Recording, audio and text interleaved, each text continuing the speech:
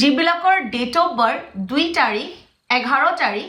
20 তাৰিখ আৰু 29 তাৰিখ হয় তেওঁলোকে 2025ত বেষ্ট ৰেমেডিটো কি কৰিব যেহেতু 2 নম্বৰ মুলাং যাৰ 2 নম্বৰ তেওঁলোকক আমি মুন প্লেনেটৰ লগত ৰিলেট কৰো গতিকে তেওঁলোকৰ ক্যাৰেক্টাৰ বিলাক কেনেকুৱা হয় 2 নম্বৰ বিলাকৰ ক্যাৰেক্টাৰ বিলাক হয় ওভাৰ ইমোশনাল হয় লগতে ডিসিশন পটককে লব নোৱাৰে আৰু কিছুমানৰ ক্ষেত্ৰত দেখিবলৈ পোৱা যায় যে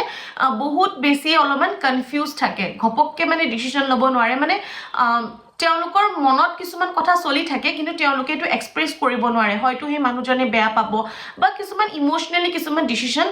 লব নোৱাৰে গতিকে আপোনালোকে 2025ত বেষ্ট ৰেমেডিটো কি কৰিব প্ৰথম কথাটো যিখিনি মানুহৰ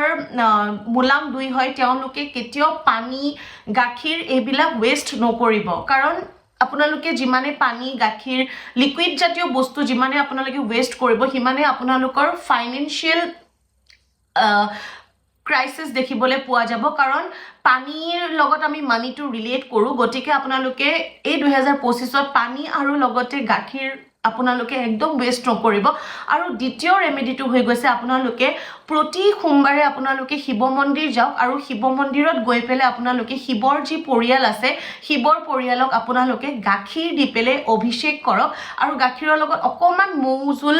তাতে মিলাই লব মিলাই পেলে আপোনালোকে অভিষেক কৰক আৰু দেখিব যে 2024ত যিখিনি কাম আপোনালোকৰ